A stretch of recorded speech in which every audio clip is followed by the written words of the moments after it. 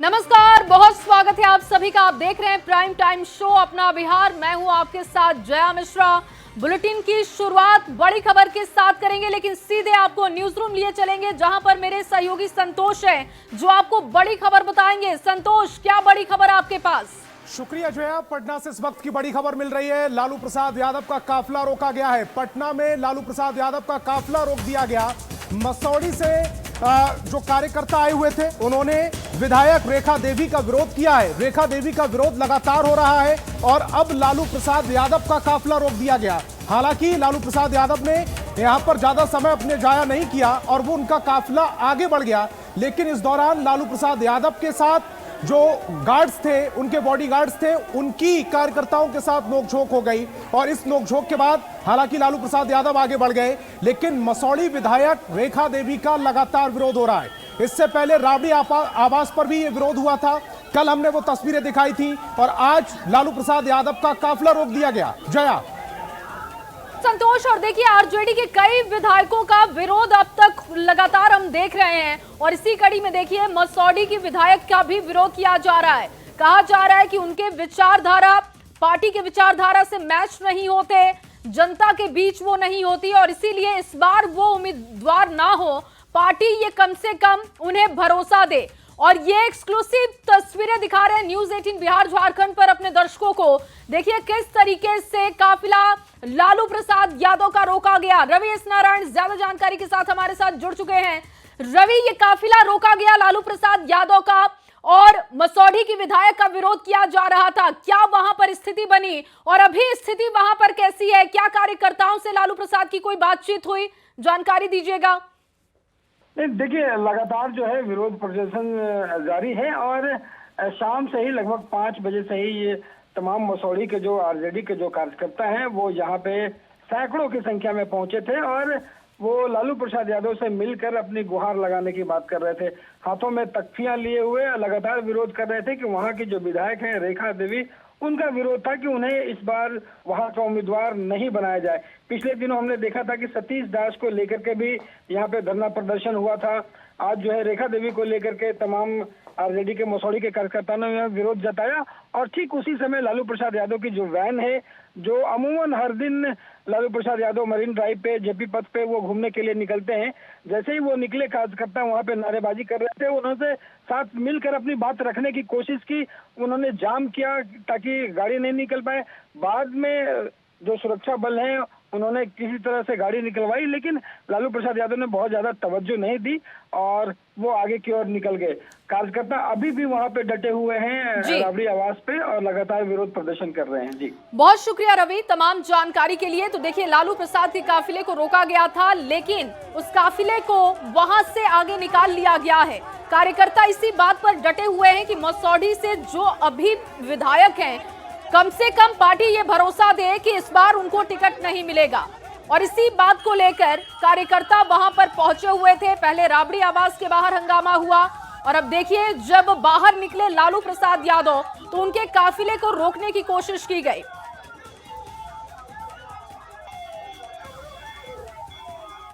तो बिहार में चुनाव की तारीखों के ऐलान के बाद हर किसी की नजर सीट बंटवारे पर टिकी है। एनडीए में हलचल काफी तेज है। पटना से लेकर दिल्ली तक बैठकों का दौर जारी है। मांझी की मांग पर बात और चिराग की डिमांड पर चर्चा हो रही है। आपको यह खास रिपोर्ट दिखाते हैं।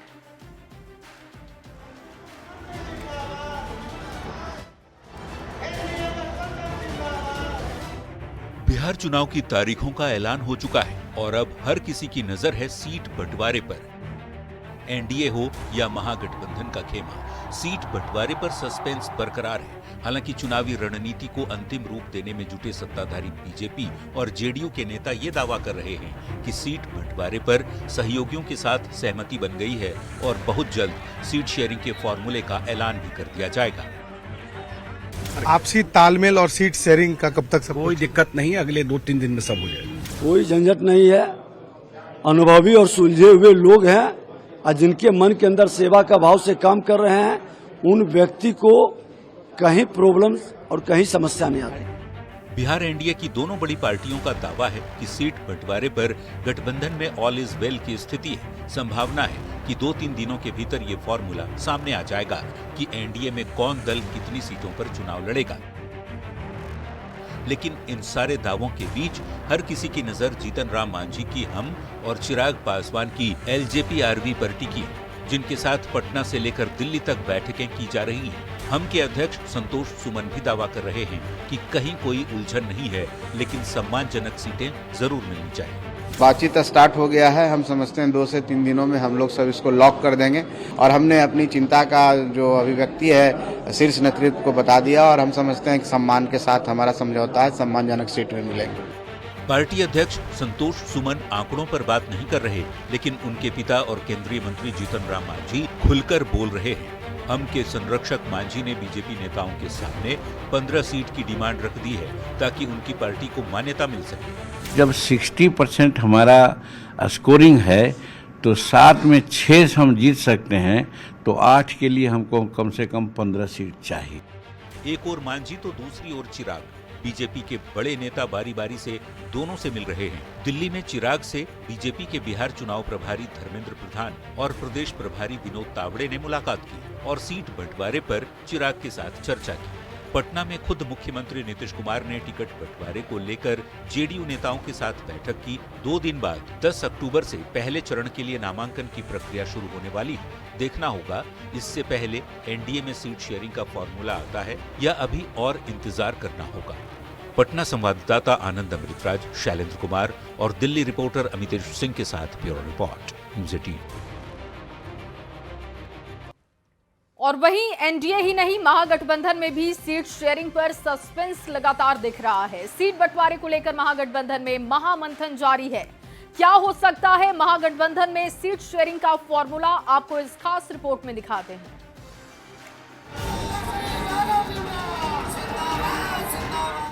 बिहार में इस बार जल्द चुनाव होने वाला है, क्योंकि लगभग 4 दशक बाद पहली बार 2 चरण में मतदान कराने का ऐलान निर्वाचन आयोग ने कर दिया है। ये दिलचस्प है कि जितना जल्द चुनाव होगा उतनी ही देर सीट बंटवारे को लेकर हो रही है। तारीखें बढ़ती जा रही हैं और फॉर्मूले पर सस्पेंस भी। एनडीए ही नहीं, महागठबंधन में भी सीट शेयरिंग को लेकर पेंच फंसा हुआ है। हालांकि विकासशील इंसान पार्टी के चीफ मुकेश सहनी बार बार ये दावा कर रहे हैं कि सीटों का बंटवारा तय हो चुका है, जल्द ही ऐलान भी हो जाएगा। जिनकी जितनी संख्या भारी उतनी उनको हिस्सेदारी। तो ये फार्मूला पे तो हम लोग हमेशा जिंदगी को जीते हैं, तो भला दूसरे को किसी का हिस्सा लेने की तो कोई बात ही नहीं है। तो मजबूती से है, सब लोग हम लोग बैठ रहे हैं, कहीं कोई किंतु नहीं। महागठबंधन के सहयोगी मुकेश सहनी का दावा है कि एक रणनीति पर बारीकी से चर्चा की जा रही है। नेता प्रतिपक्ष तेजस्वी यादव ने खुद बिहार कांग्रेस प्रभारी कृष्णा अल्लावरू, अध्यक्ष राजेश राम और वाम दल के बड़े नेताओं के साथ सीट शेयरिंग पर बातचीत की है। राष्ट्रीय जनता दल के सहयोगियों का दावा है कि सीट शेयरिंग पर बात लगभग बन गई है और अब बस ऐलान ही बाकी है। कई सीट ऐसे हैं जो हर व्यक्ति अपना हिसाब से डोनेट कर रहा है या मांग रहा है, तो इस पर हम लोग काम कर रहे हैं। सीट शेयरिंग प्रायः समाप्त हो चुका है। 2-4 सिंह जो टीदिंग प्रॉब्लम अंत में रहता है वही है, वो करके 1-2 दिन में घोषणा हो जाएगी। महागठबंधन में नंबर के साथ साथ जिताऊ सीटों पर भी सबकी नजर है। कांग्रेस पार्टी पिछले चुनाव से इस बार बेहतर स्ट्राइक रेट करना चाहती है, तो वाम दल ज्यादा से ज्यादा सीटों पर चुनाव लड़ने का प्लान बना रहे हैं। सीपीआई के महासचिव डी राजा ने भी तेजस्वी यादव से मुलाकात कर उचित भागीदारी की बात कही है। महागठबंधन जीतेगा। महागठबंधन का सामने चीफ मिनिस्टर का प्रॉब्लम कुछ नहीं है। हम एक साथ हम डिसाइड करेगा। महागठबंधन में सीट शेयरिंग पर बातचीत अंतिम दौर में है। आरजेडी कितनी सीटों पर चुनाव लड़ेगा, कांग्रेस के खाते में क्या जाएगा, लेफ्ट पार्टियां कितनी सीट पर मानेंगी, पशुपति पारस की आरएलजेपी और हेमंत सोरेन के जेएमएम को तेजस्वी यादव किस तरह एडजस्ट करेंगे, हर किसी को इंतजार है फाइनल फॉर्मूले का। देखना होगा महागठबंधन में सीट शेयरिंग का फॉर्मूला क्या निकलकर सामने आता है। पटना संवाददाता रवि एस नारायण और संजय कुमार के साथ ब्यूरो रिपोर्ट, न्यूज़ 18। और चलिए आगे बढ़ते हुए पटना से आपके सामने बड़ी खबर रखे। जेएमएम और आरजेडी की बैठक हुई और बैठक में जेएमएम के नेता और झारखंड के नगर विकास एवं आवास मंत्री सुदिव्य कुमार सोनू और केंद्रीय महासचिव विनोद पांडे के साथ आरजेडी के नेता प्रतिपक्ष तेजस्वी यादव समेत कई बड़े नेताओं के साथ मीटिंग हुई है। दोनों पार्टियों के बीच सीट शेयरिंग के मुद्दे पर चर्चा की गई है। देखिए, और बैठक के दौरान और चर्चा के दौरान की ही ये तस्वीरें हम आपको दिखा रहे हैं, जहां पर नेता प्रतिपक्ष तेजस्वी यादव के साथ मीटिंग की गई। जेएमएम की तरफ से सीटों पर बातचीत की गई है। सीट शेयरिंग के मुद्दे पर यह चर्चा हुई है। हालांकि कितनी सीटों पर बात हुई है इसकी जानकारी अब तक नहीं है। तो सीट शेयरिंग पर चल रही रार के बीच चुनावी मौसम में कांग्रेस नेता उदित राज ने सीएम फेस पर बयान दे दिया और ऐसा बयान दिया जिस पर सियासत सुलग गई है। उदित राज ने कहा कि तेजस्वी आरजेडी के सीएम फेस हो सकते हैं, इंडिया ब्लॉक के नहीं। आपको ये पूरी रिपोर्ट दिखाते हैं। इंडिया गठबंधन के अभी कहते हैं सामूहिक सीएम के कैंडिडेट नहीं है। चुनावी मौसम में महागठबंधन एकजुटता के दावे कर रहा है, लेकिन महागठबंधन में सीएम फेस को लेकर घमासान जारी है। कांग्रेस नेता उदित राज ने ऐसा बयान दे दिया जिस पर सियासत सुलग गई। उदित राज ने सीएम फेस को लेकर बड़ा बयान दिया, पहले सुनिए। देखिए, वो कर सकते हैं, वो तो कोई भी पार्टी कर सकती है। उसके समर्थक, वो पार्टी, उसके नेता तो क्लेम करेंगे ही। देखिए, इंडिया गठबंधन के अभी कहते हैं सामूहिक सीएम की कैंडिडेट नहीं है। अब देखते हैं आगे क्या होता है, पार्टी हाईकमान क्या नोटिस लेती है। उदित राज के बयान पर सियासी बयानबाजी तेज है। उनके बयान पर एनडीए ने महागठबंधन पर तंज कसा तो आरजेडी और कांग्रेस इस बयान से बैकफुट पर दिख रही है। कांग्रेस नेता उदित राज ने बिल्कुल ठीक कहा, उसने महागठबंधन की कलई खोलकर रख दी। बड़ा स्पष्ट है, महागठबंधन में आपसी खींचातान चल रहा है, नूरा कुश्ती चल रही है, लोग एक दूसरे को नीचा दिखाने की होड़ में लगे हैं। कांग्रेस के वरिष्ठ नेता उदित राज जी वही बात बोल रहे हैं। राहुल गांधी जी ने स्पष्ट कहा है, इस बार महागठबंधन का नेतृत्व कांग्रेस पार्टी करेगी। और स्पष्ट रूप से जो बिहार की जनता चाहती है बदलाव, अब बिहार की जनता जिस तरह से बदलाव के कारक के तौर पर तेजस्वी जी को देख रही है, यह स्पष्ट रूप से बिहार की जनता की पसंद बने हुए हैं। देखिए, अभी हम चुनाव में जा रहे हैं, हम जनता के दरबार में जा रहे हैं, जनता का आशीर्वाद लेने जा रहे हैं और जनता जिसे आदेशित कर देगी वही बिहार का मुख्यमंत्री होगा। बिहार में चुनाव के ऐलान के बाद सीट शेयरिंग को लेकर महागठबंधन के भीतर रार जारी है। इसी बीच सीएम फेस पर उदित राज ने बयान देकर आरजेडी की दुखती रग पर हाथ रख दिया है। न्यूज़ 18 के लिए पटना से संजय कुमार की रिपोर्ट।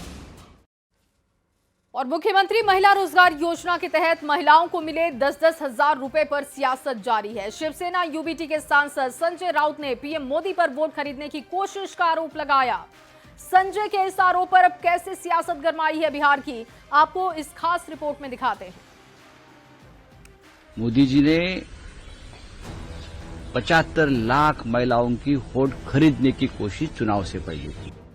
बिहार विधानसभा चुनाव के सियासी रण में शिवसेना यूबीटी सांसद संजय राउत भी कूद चुके हैं। संजय राउत ने बिहार चुनाव को लेकर बड़ा बयान दिया। संजय राउत ने कहा कि पीएम मोदी ने विधानसभा चुनाव से पहले बिहार में 75 लाख महिलाओं के बैंक खाते में 10,000 रुपए ट्रांसफर कर उनके वोट को खरीदने की कोशिश की। उन्होंने महाराष्ट्र में लाडली बहन योजना के जरिए भी ऐसा किया। मोदी जी ने 75 लाख महिलाओं की वोट खरीदने की कोशिश चुनाव से पहले की। 10-10 हजार महिलाओं के खाते में डाल दिया, जैसे महाराष्ट्र में लाडली बहन योजना में किया। तो ये कब तक चलेगा? आप देश के प्रधानमंत्री हो, आप एक पार्टी के प्रधानमंत्री नहीं हो मोदी जी, ये आपको समझना चाहिए, लेकिन उसका फैसला चुनाव में हो जाएगा।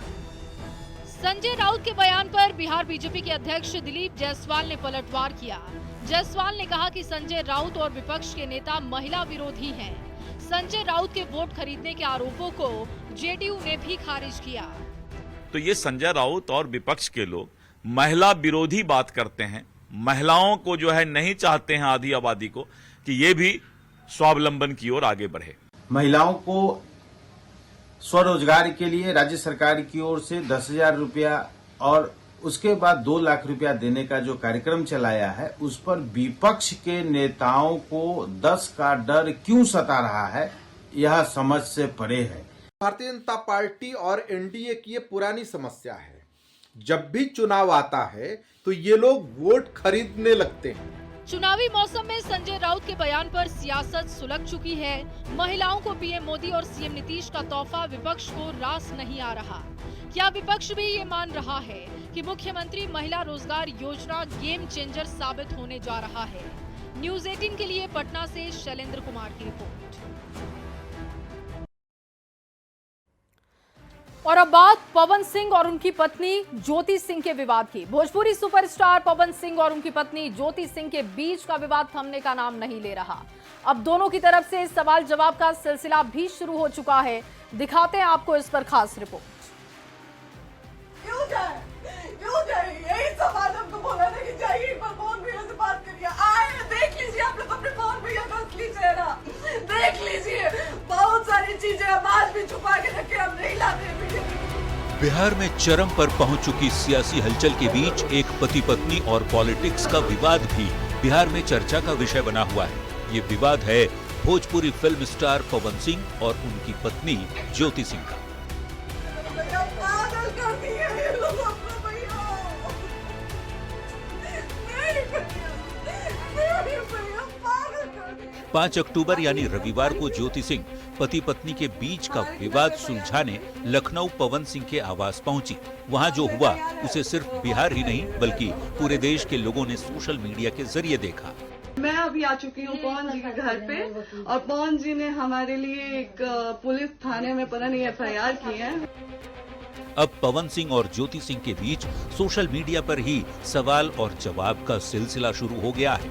पत्नी ने रो रो कर आरोप लगाए तो पवन सिंह ने चुप्पी तोड़ी और सोशल मीडिया पोस्ट शेयर करते हुए ज्योति से सवाल किया। उन्होंने लिखा, मैं अपने जीवन में एक ही बात जानता हूँ कि जनता मेरे लिए भगवान है। क्या मैं आप सबके जनभावना को ठेस पहुँचाऊंगा जिनके बदौलत मैं यहाँ तक पहुँचा।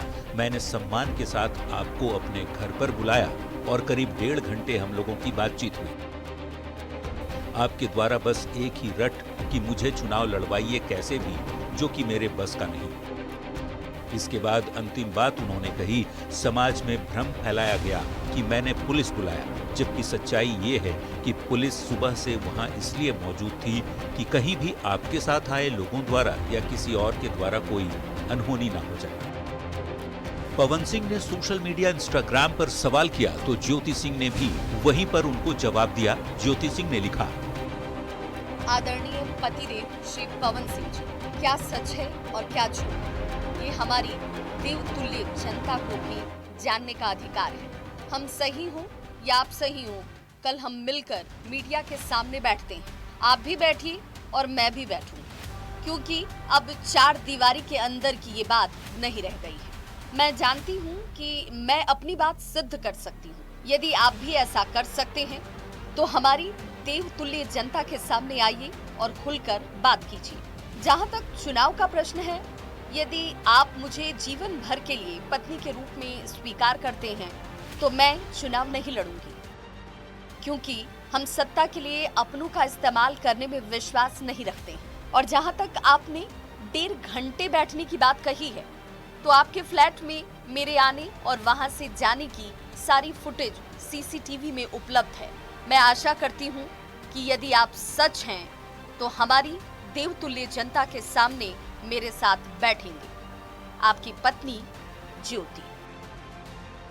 ज्योति सिंह पवन सिंह की दूसरी पत्नी है। 2018 में दोनों की शादी हुई, लेकिन कुछ ही दिनों बाद संबंध बिगड़ गए। मामला कोर्ट तक पहुंचा। तलाक होने ही वाला था कि 2024 के लोकसभा चुनाव के दौरान पवन सिंह ने पत्नी ज्योति सिंह से रिश्ते सुधार लिए। ज्योति सिंह ने पवन सिंह के लिए प्रचार किया, घूम घूम कर वोट मांगे, लेकिन 2025 में विधानसभा चुनाव के पहले दोनों का रिश्ता अब तक के सबसे खराब स्थिति में पहुंच चुका है। Bureau report, news 18। और अब सवाल कि क्या भोजपुरी एक्ट्रेस अक्षरा सिंह विधानसभा का चुनाव लड़ने जा रही हैं? सियासी गलियारों में इसकी चर्चा बहुत तेज है। विधानसभा चुनाव के ऐलान के ठीक 1 दिन के बाद अक्षरा सिंह ने केंद्रीय मंत्री गिरिराज सिंह से मुलाकात की। सोशल मीडिया एक्स पर लिखा, गिरिराज सिंह का आशीर्वाद मिला। आखिर इस मुलाकात के मायने क्या हैं, आपको दिखाते हैं इस खास रिपोर्ट में।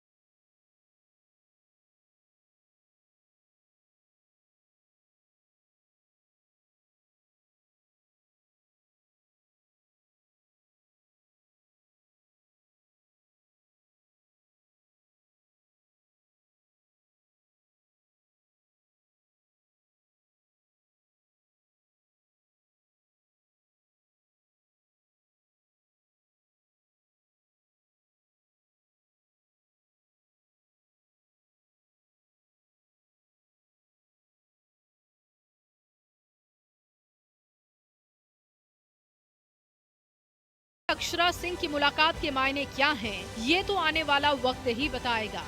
Bureau report, news 18।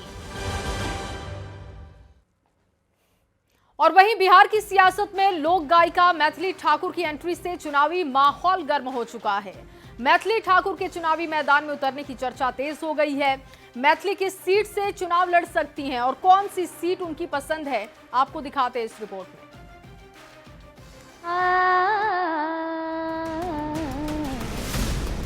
मिथिला की बिटिया क्या बनेगी राजनेता?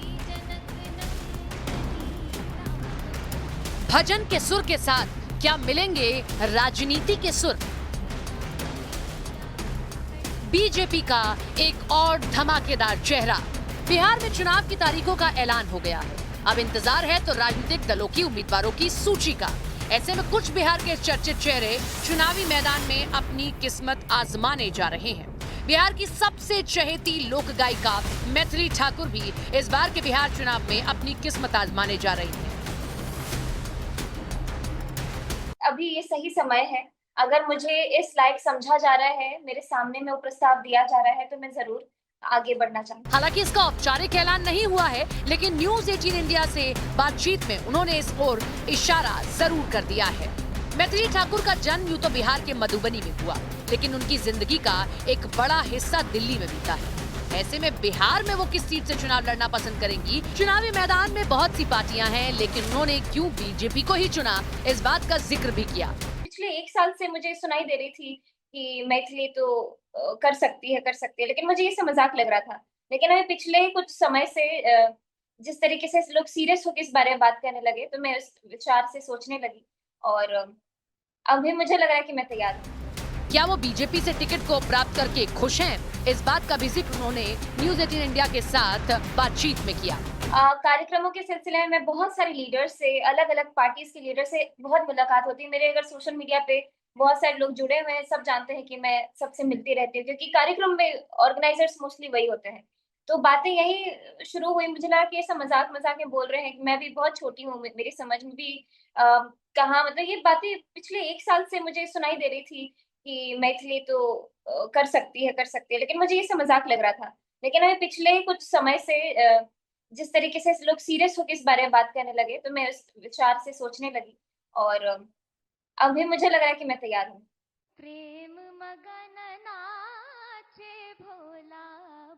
गाने के सुरों को साधने वाली मैथिली राजनीति के सुरों को कितना ठीक से छेड़ पाती हैं, ये आने वाला समय बताएगा। लेकिन जनता उनके राजनीति के गाने को पसंद करती है या नहीं, ये देखने वाली बात होगी।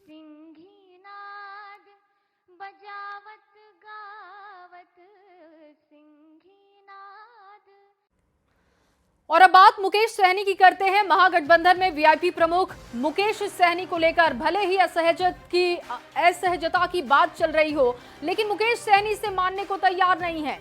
मुकेश सहनी ने खुलासा किया कि वो अब 60 सीटों पर नहीं, बल्कि इससे आधी सीटों पर भी चुनाव लड़ने को तैयार हैं। इतनी सीटें उन्हें मिलनी भी तय है। न्यूज़ 18 से एक खास बातचीत में वीआईपी प्रमुख ने कहा, उप मुख्यमंत्री के पद पर उनका दावा अभी भी बरकरार है। उन्होंने यहां तक कह डाला कि जब सीट शेयरिंग के मुद्दे पर महागठबंधन की तरफ से प्रेस कॉन्फ्रेंस किया जाएगा तब डिप्टी सीएम के तौर पर उनके नाम की भी घोषणा हो जाएगी। में मुकेश सहनी को लेकर तमाम तरह की चर्चाएं हो रही हैं और कहा यह जा रहा है कि मुकेश सहनी को लेकर फिलहाल महागठबंधन की जो एलायंस पार्टियां हैं वो सहज नहीं है। क्या ऐसी बात है? नहीं, बिल्कुल ही नहीं। और गठबंधन में सब सहज है और सबके जो ताकत है, जिस हिसाब से उनके स्टेक है, उस हिसाब से हिस्सेदारी मिलना चाहिए। ये हमारे गठबंधन का मूल मंत्र है। तो गठबंधन में कहीं कोई दिक्कत नहीं है। और रहा कि एनडीए 60 सीटों की पता, लेकिन महागठबंधन में बहुत ही अच्छा स्थिति है और कल तक हम लोग उम्मीद करते हैं कि प्रेस कॉन्फ्रेंस आपके बीच में 60 सीटों की डिमांड की है। किस स्ट्राइक रेट पर ये डिमांड की आपने? नहीं, देखिए, स्ट्राइक रेट हमने इस गठबंधन में तो चुनाव लड़े ही नहीं है। रहा कि हमारा जो जनाधार है, साल से दल चल रही है, तो इस आधार पे वीआईपी पार्टी का एक जनाधार है। आप याद होगा या आपके पास फुटेज होगा तो आपको राहुल गांधी जी का वोटर अधिकार यात्रा पे हम लोग बिहार में गए थे 16 दिन का। इसमें अगर आपके पास फुटेज होगा तो आप देख लीजिएगा कि किसी पार्टी से वीआईपी पार्टी का झंडा अगर कम होगा तो फिर हमें कम किसी से टिकट चाहिए।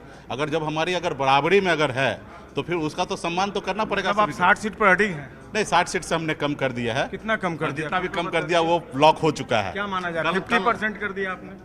नहीं, उससे ऊपर है, 50% से ऊपर है। चलिए एक और सवाल, डिप्टी सीएम की बात करें, डिप्टी सीएम बनेंगे? वो भी हो गया, वो क्लियर है। सरकार बनना है, जनता का सहयोग होगा, आशीर्वाद होगा, सरकार बनना है। सीएम तेजस्वी जी होंगे, डिप्टी सीएम मल्ला का बेटा। प्रेस कॉन्फ्रेंस में इसकी घोषणा होगी? Deputy CM Mukesh Sahani? हाँ, डिप्टी सीएम का घोषणा हो जाएंगे। और चलिए इस बीच आपके सामने एक बड़ी खबर रखे। बिहार विधानसभा चुनाव से पहले गोपालगंज पुलिस ने बड़ी कार्रवाई की। पुलिस ने कार्रवाई करते हुए 7.5 लाख रुपए नगद जब्त किए। ये कार्रवाई फ्लाइंग स्क्वाड टीम और पुलिस के सहयोग से की गई। पुलिस ने एक सिवान के युवक को हिरासत में लेकर अब पूछताछ शुरू कर दी है। पुलिस को पैसे के साथ कोई वैध दस्तावेज अब तक नहीं मिला।